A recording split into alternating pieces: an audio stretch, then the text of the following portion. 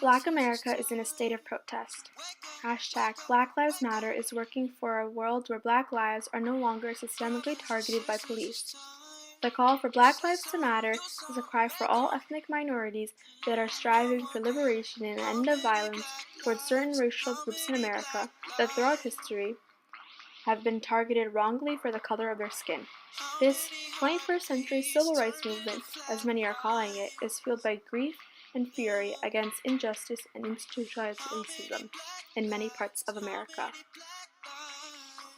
Messages I've been inundated with my entire life.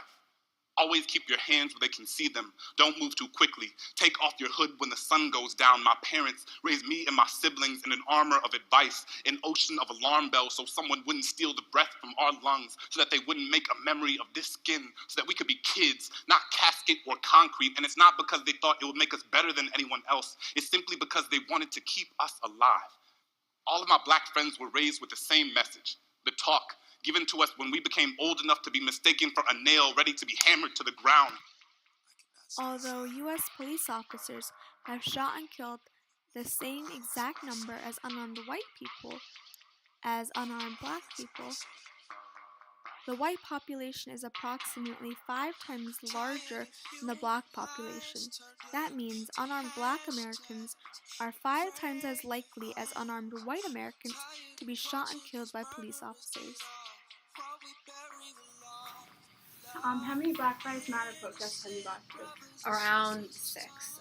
One was for Wendell Castile, another one was for Jamar Clark, and then one was just a protest at MOA. What motivated you to go so many? Just because I just genuinely support the cause. I feel like it's such an important thing that to know about the police are specifically targeting Black people, and I feel like these kind of protests, although many of them do get a negative kind of connotation with them, they do at least bring attention to the cause. So. You said there's a lot of bad connotations to those protests.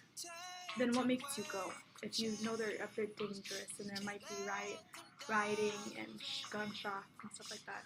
Well, they're not, it's kind of actually more of a welcoming environment than the media seems to portray it as. They're not as violent or isn't even half as much rioting or any kind of rioting at all. Rioting usually happens when the riot police come in and they bring in their gear that's suited for as if they're being attacked.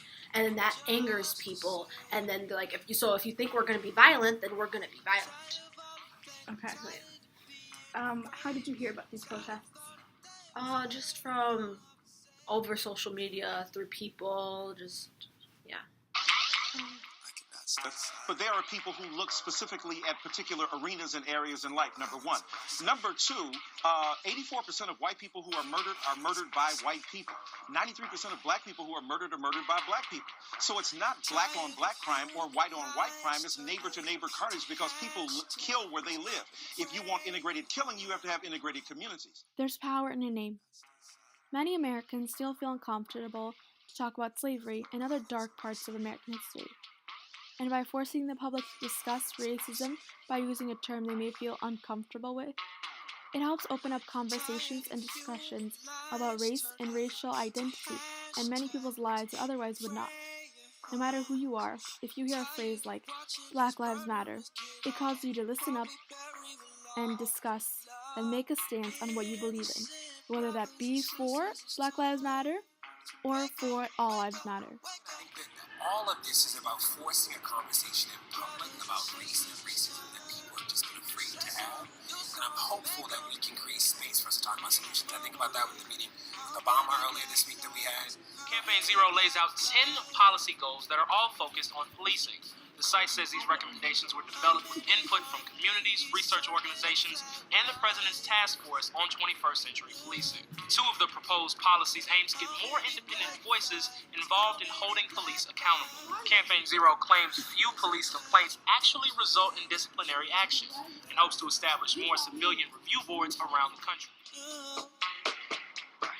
How many black lives? How many black lives does it take?